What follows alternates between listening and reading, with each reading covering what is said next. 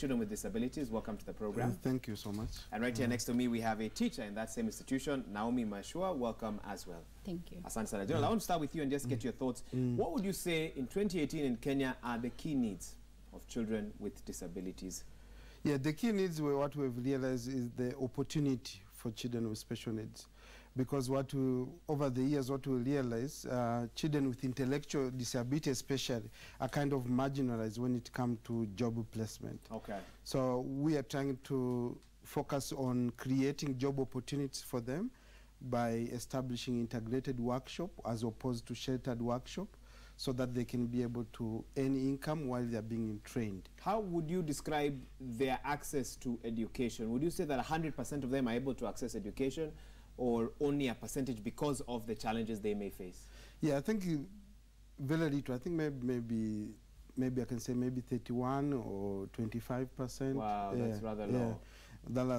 Why is this? Is it a cost issue? Is it the infrastructure to accommodate or to assist them? What yeah, there are many issues. One, I think, is the issue of funds, like especially economic status of parents with children with special needs, and at the same time, institutions are available for children to go to those institutions. Okay. Because looking at Kibera especially, I think there are only 2 private institutions, Mererai Center and the Little Rocks. The other public institution, which are 3, and they have only unit for special needs. Toyo Primary and the Joseph Kangede for children with hearing impairment. Okay. Naomi really nodding her head in agreement with what you're saying. What prompted you to want to get involved in teaching children with disabilities? First is the teachers, because usually there are so many teachers that are in the regular schools, and the very few in the special needs.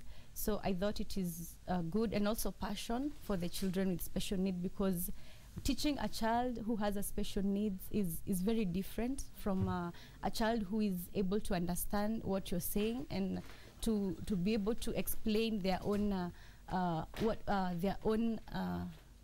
what they want to do, or what they want.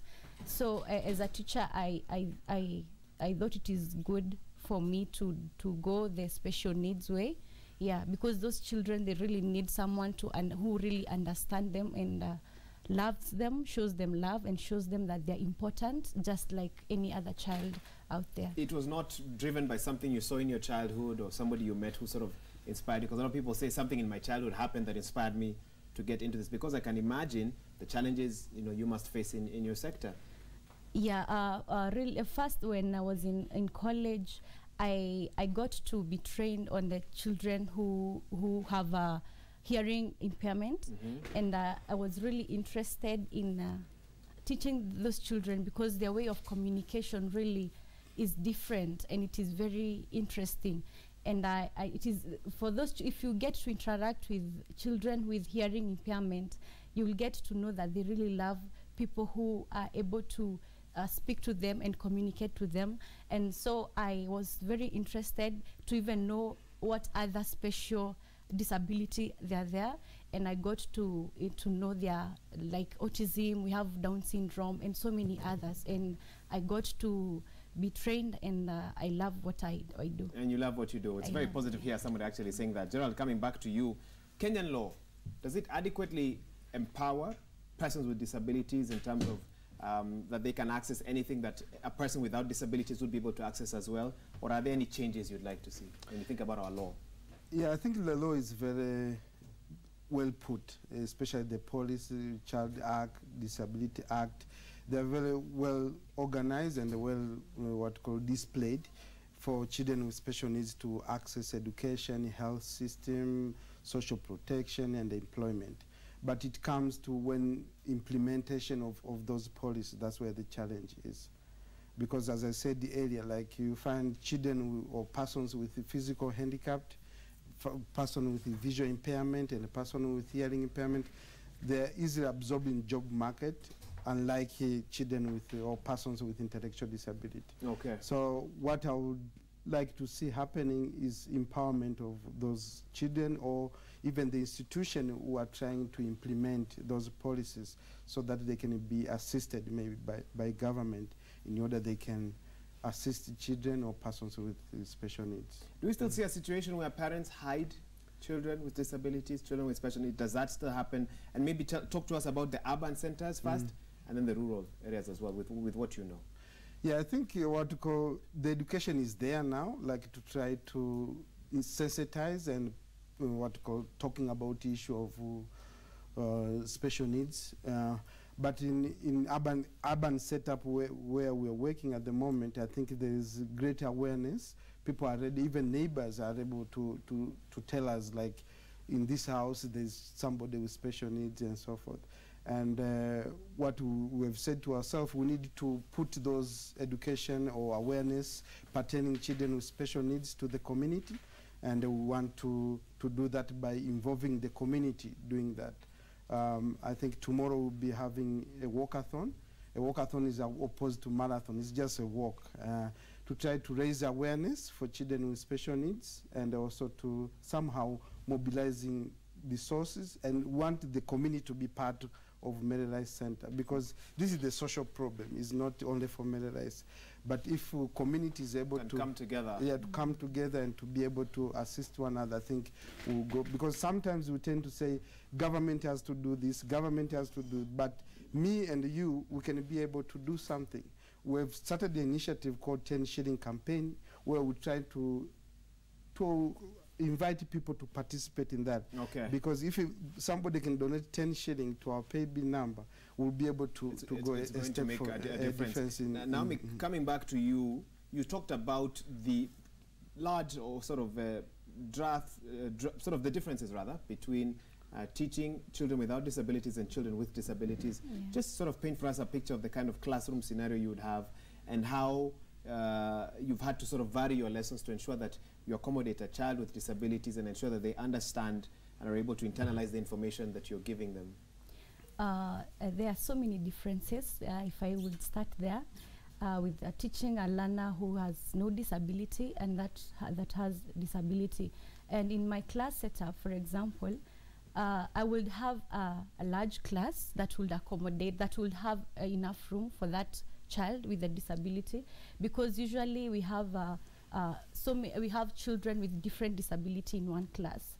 In my own example of my class, so you will have a large class that a child would really comfortably walk in, and then you'll have a big working space, because you'll need one-on-one with that child. You'll need a individual educational program with each child, and you'll need to achieve, every child will need to achieve at the end of the lesson.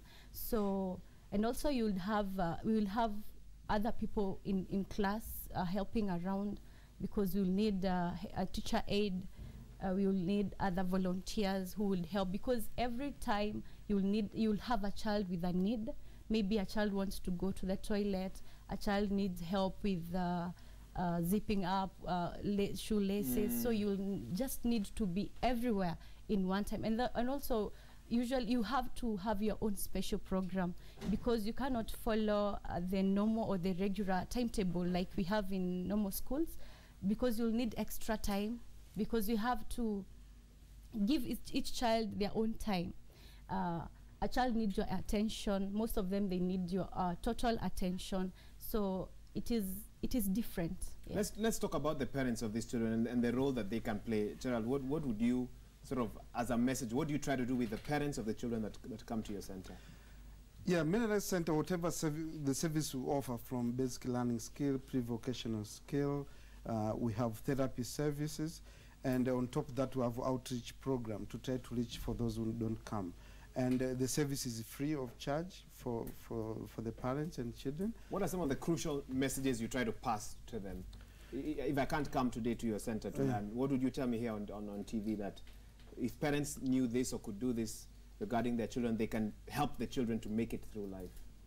Yeah, it's just to take part, because like you can't just say this problem, maybe once you have the institution, you can't leave everything for the institution to do.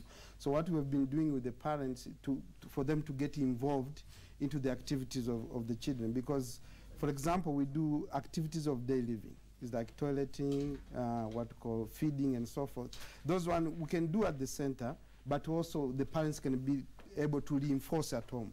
So whatever we do at the center, we try to encourage parents also they can be able to do. And also we have issues of identification of children with special needs, because there are things we can be able to identify. So the area you identify the child with special needs, the area intervention will take place, and that one will lessen the severity of disability. Fair enough. As a parting shot, Naomi, what would you like Kenyans to know about children with disabilities? What sort of message would you like to put out there? I would like to tell every Kenyan that these children with disability, they're just like any other child. Okay. They require the same love, the same attention. They require the same to be cared for. So I would just want everyone to love them and to accept them, and to know that they are not supposed to be locked inside their houses. They're not supposed to be denied education. Like They're not supposed to be denied education. They're not supposed to be denied entertainment. And where we take our normal children, they're entitled for that. Okay, yes. Thank you. I think that's, I mean, I can really just feel the passion even as you talk about that. That has been Naomi Mwaura, who's a teacher with the Mary Rice Center Kenya, and we have also had Gerald Mgalula, who is the director at the same institution as well. Thank you for finding time to join us today and to have this particular discussion as well. Oh, you look like you had wanted to say something? Oh, I've caught you off guard. I think let's take a quick break. You're watching